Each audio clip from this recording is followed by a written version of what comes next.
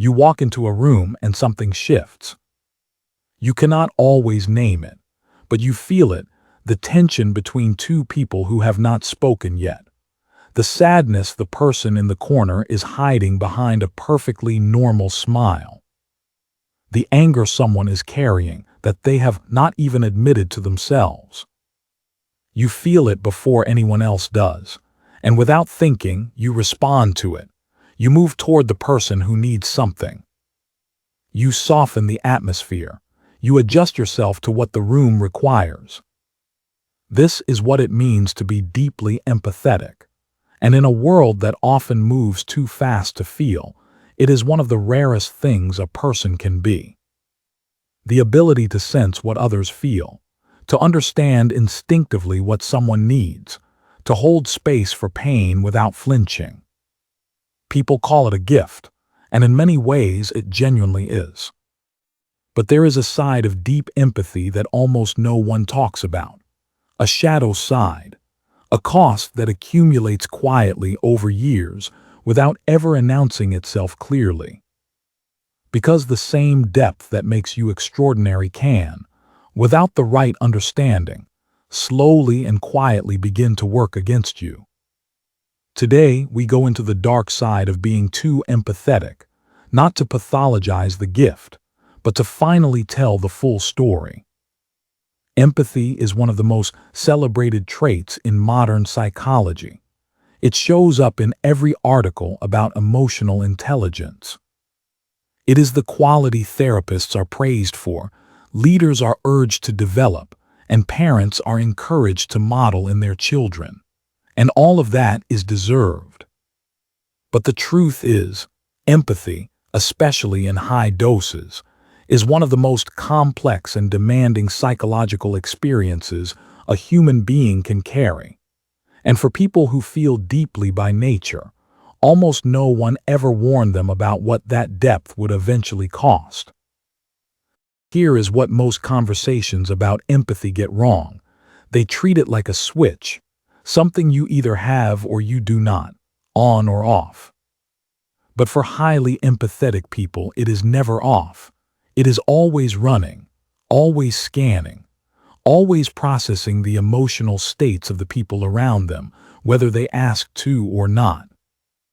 And what happens when a system runs constantly, without pause, without maintenance, without anyone stopping to check on it? It does not break loudly. It does not collapse in a way that is easy to see or name.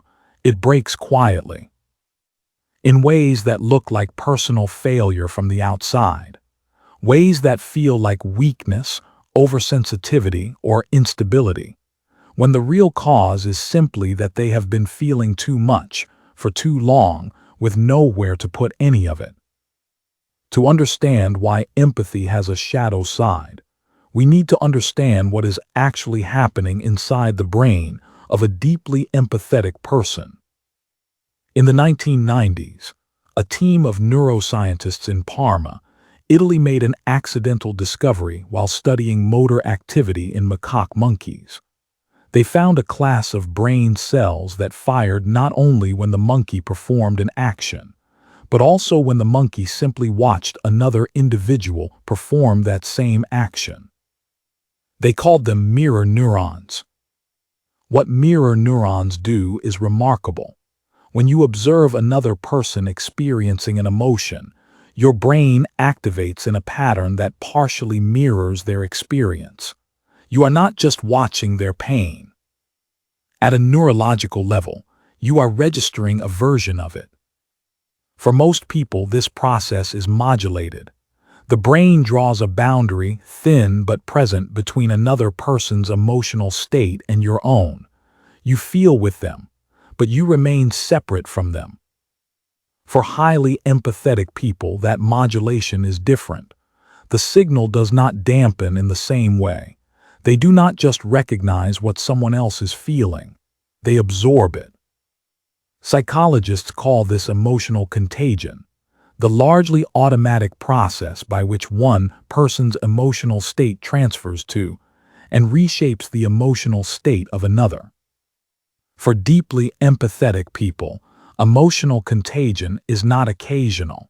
It is the default mode of moving through the world.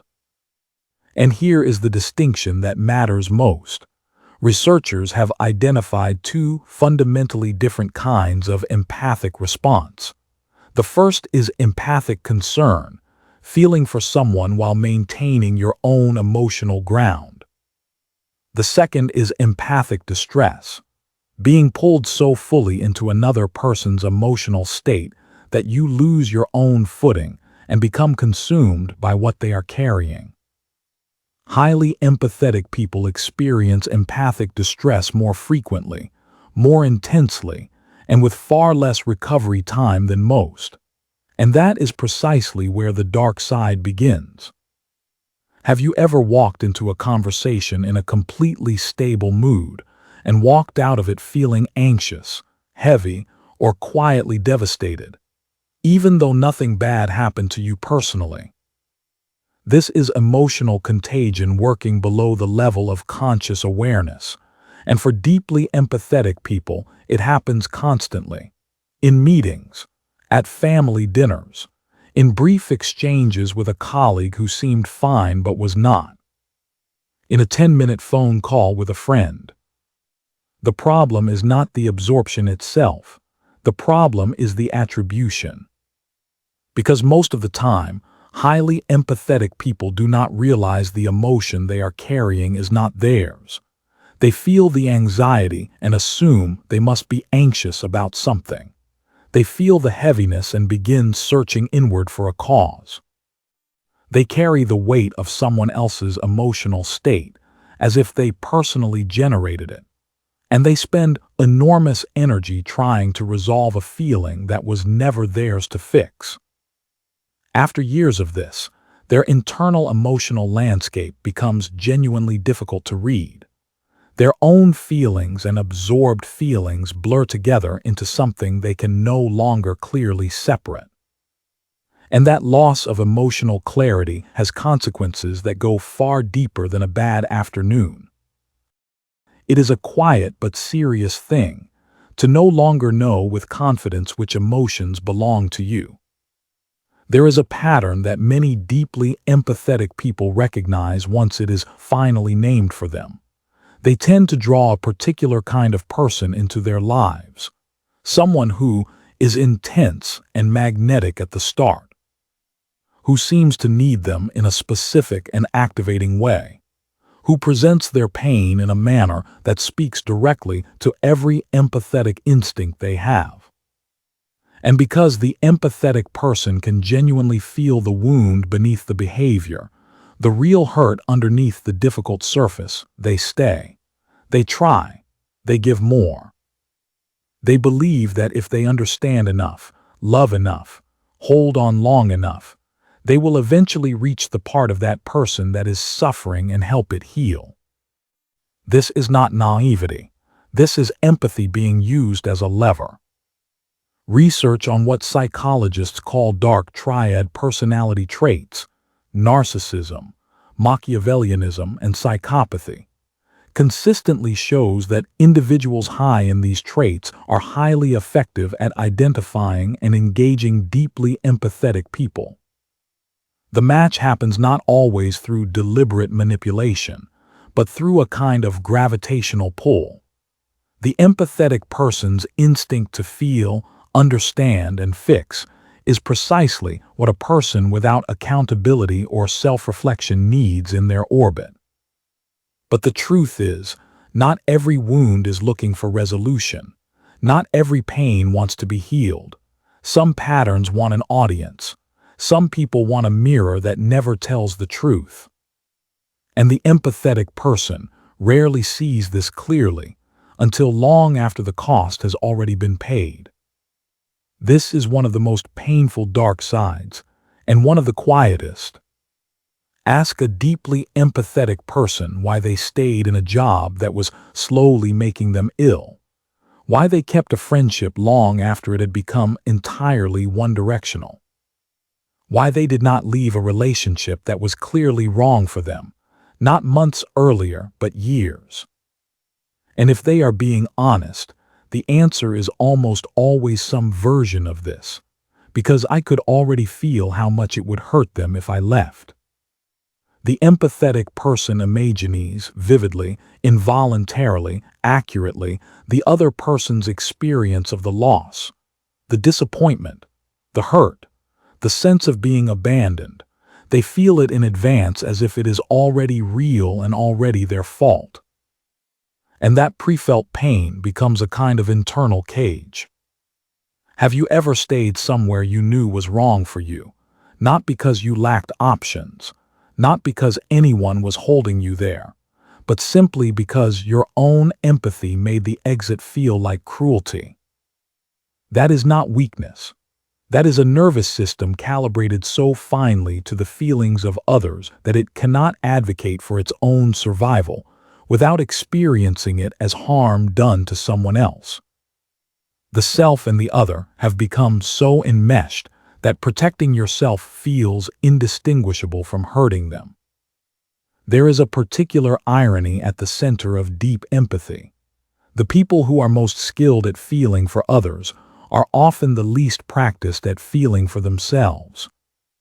When a deeply empathetic person is the one who is struggling, something strange happens in their internal processing.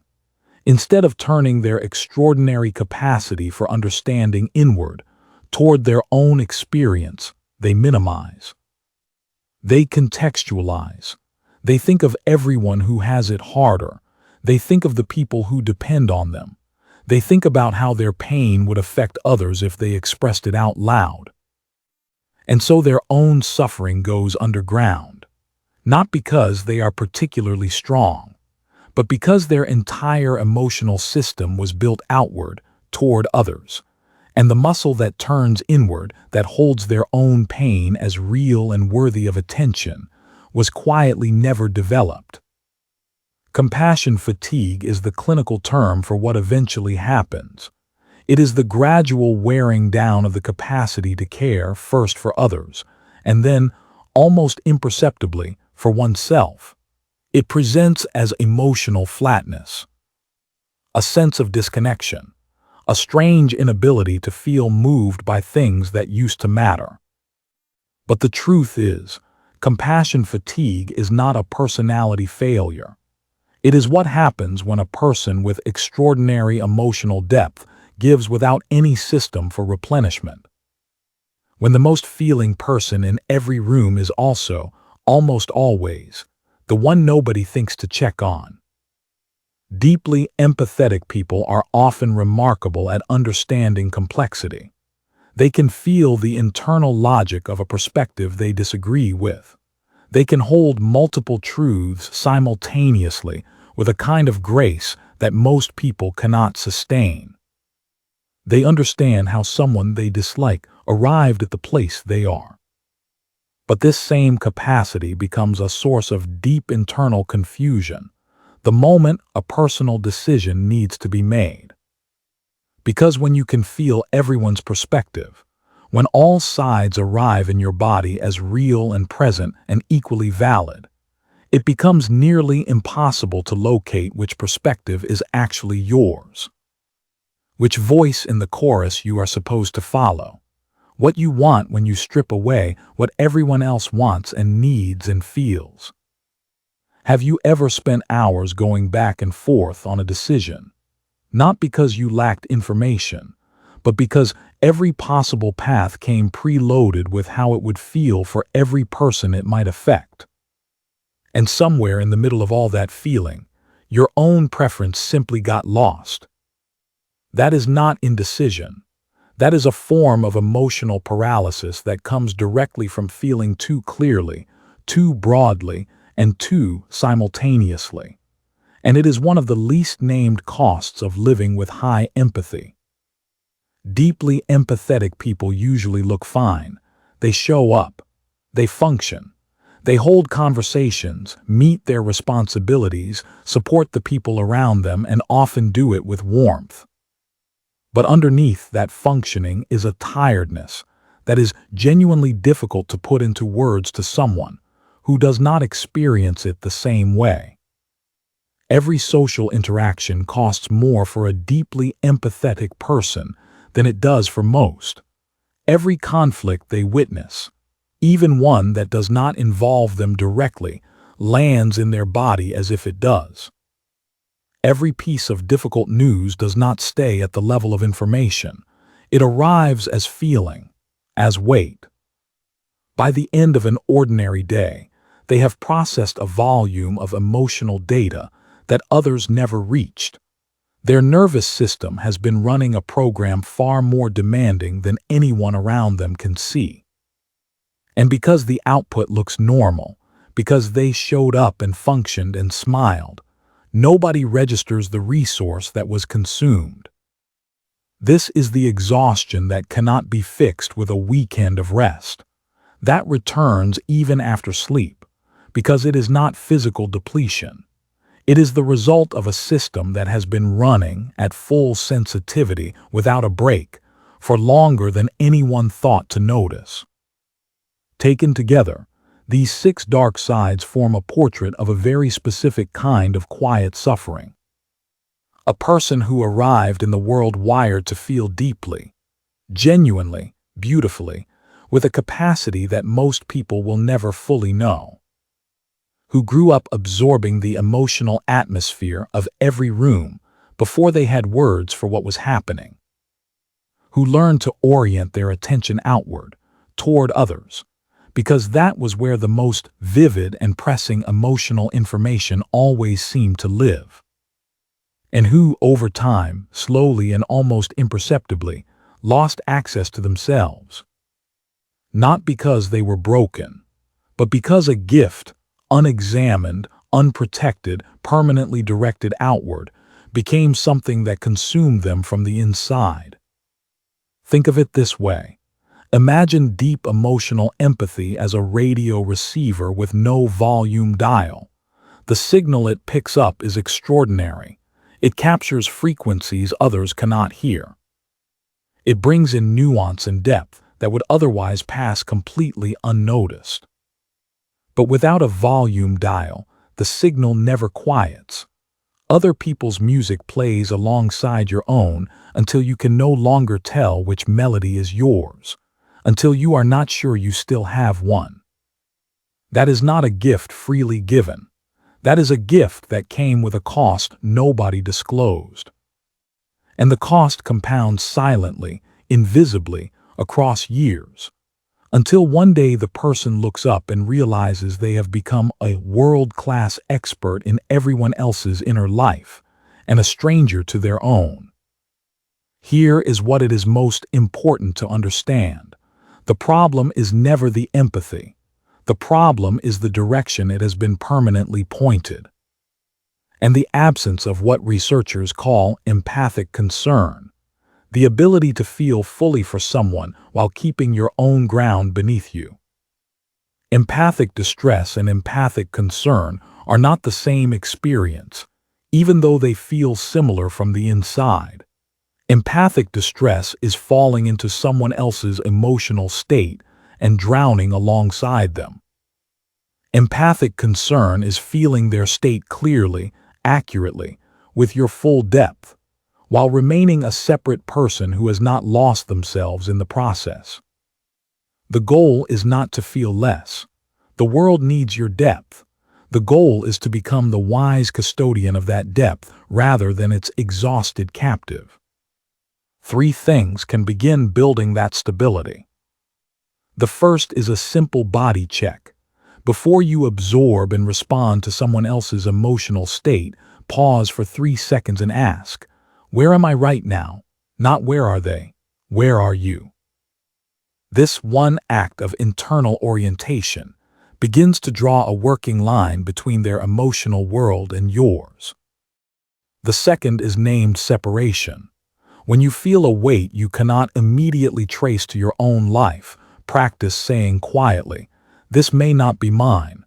You do not have to be certain. You just have to introduce the possibility, and let it create a small space between the feeling and the assumption that you own it. The third is protected recovery. Deeply empathetic people need longer decompression windows than most after intense emotional experiences. Not as a luxury, as maintenance for a nervous system running at a higher sensitivity than others. An hour of solitude is not withdrawal. It is how you remain able to give.